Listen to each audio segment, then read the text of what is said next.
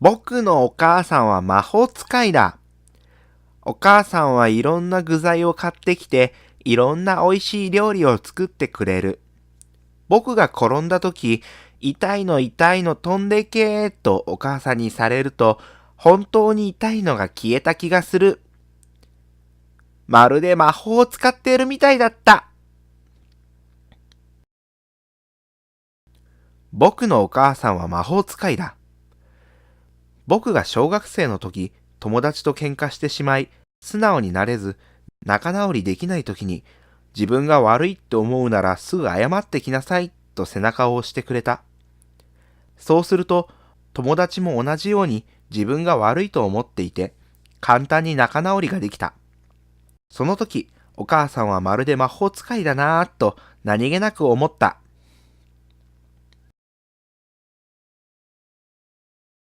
俺の母さんは魔法使いだ。俺は中学生の頃いじめられていた。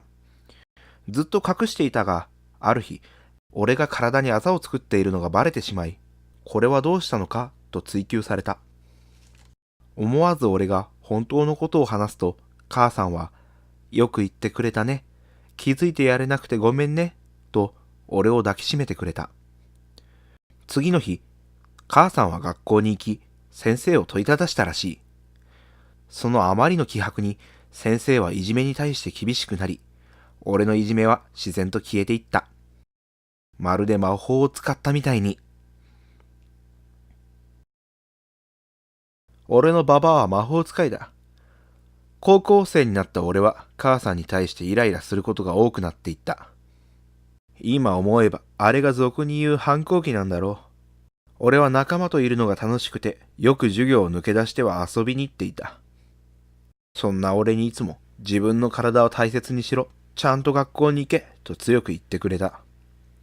でもあの頃の俺にはそれがうるさく感じ、ババア黙ってろとより強く言い返した。それでも母さんは負けじと何回も俺とぶつかり合い、その度に大切な言葉をくれた。その言葉は俺にとても刺さり、まるで心を見透かす魔法でも使っているのかと思うほどだった。やがて反抗期は自然と収まり、高校3年の時、俺は母さんに初めて手紙を書いた。直接渡すのは恥ずかしくて到底できなかったから、食べ終わった弁当箱に入れた。書いた言葉は、3年間ありがとう。たったそれだけの一言を書いた弁当箱を渡した。渡してすぐ自分の部屋に行ったので、母さんの反応は直接見ていない。それでも部屋の外から母さんのおえつが聞こえ、泣いているのだと理解した。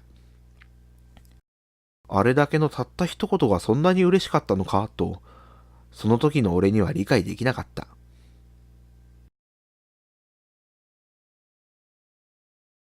俺の母親は魔法使いだ。就職に失敗した俺は仕事がうまくできず、心も体もボロボロになっていった。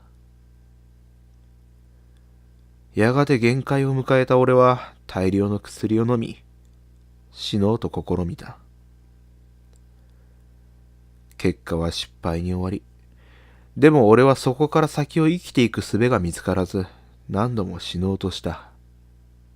でも、その度に母さんは何度も止めてくれた。でもその時の俺には、止めるのは死なれたら世間に白い目で見られるから、とか、そんな理由だろうと考えていた。その思いは膨らんでいき、やがて爆発して思わず母さんに聞いていた。なぜ俺が死ぬのをそんなに止めるのかと。すると母さんは、親なら子供を大切に思うのは当然だ。だからどれだけ迷惑をかけてもいいから、生きて。と強く言った。そこで俺は初めて思った。これが親の愛情というやつなのかと。この人は本当に、ただ俺に生きていてほしいだけなのだと。そこから俺は少しずつ変わっていった。年月をかけ、ゆっくりと。まるで母さんが変われる魔法をかけてくれたみたいだった。俺の母さんは魔法使いだ。やがて俺は就職をし、結婚することになった。だがその時だった。いきなり母さんが倒れたと聞き、同棲していた俺たちはすぐさま母さんの運ばれた病院へ向かった。病院に着くと母さんがいた。その姿はいつも俺のことを考え支えてくれたたくましい母さんとは変わっていて、気がつくと俺は母さんの手を握っていた。そして結婚することをそこで話した。彼女が母さんの手を握ると、母さんは精一杯の力で握り返し、この子をよろしくね、と強く言った。それから俺を向き、必死に息をしながら、生まれてきてくれて、ありがとう、と確かに言ってくれた。俺は、今まで言えなくてごめん。産んでくれて、ありがとう。俺は、あなたの子供に生まれて、幸せです。と、力強く言い切った。それを聞くと母さんは、静かに、眠りについていった。魔法で眠らされたみたいに。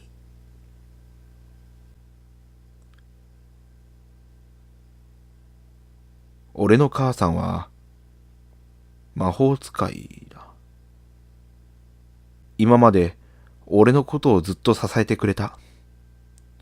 そんなすごい母さんを、俺は魔法使いじゃないかと思っていたんだ。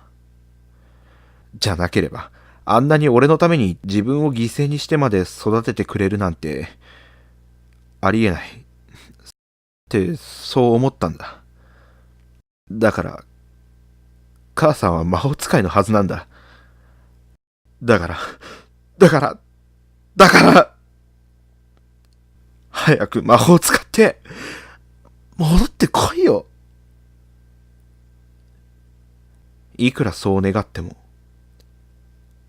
母さんはピクリとも動かず、安らかな顔を浮かべているだけだった。